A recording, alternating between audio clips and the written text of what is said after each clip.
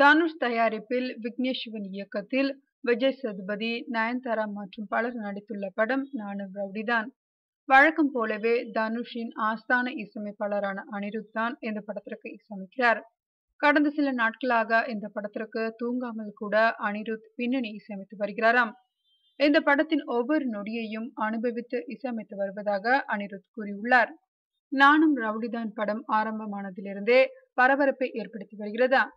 முதலில் தனுஷ் தயாரிப்பில் அவரின் செல்ல தம்பியான சிவகார்த்திகேயன் போட்டியாளர் என கருதப்படும் விஜய் சேதுபதி நடிப்பது பரபரப்பை ஏற்படுத்தியதா. அடுத்து படத்தின் இயக்குனர் விக்னேஷ் சிவன் மற்றும் படத்தின் நாயகி இடையே காதல் என கிசுகிசு வந்து இரண்டாவது பரபரப்பை ஏற்படுத்தியதா. அடுத்து சிவகார்த்திகேயன் நடித்துள்ள ரஜினி முருகன் படம் வெளியாவதாக சொல்லப்படும் அக்டோபர் 2ஆம் தேதியில் நானும் ரவுடிதான் வெளியாக போவதாக சொல்லப்படுவது மூன்றாவது பரபரப்பு.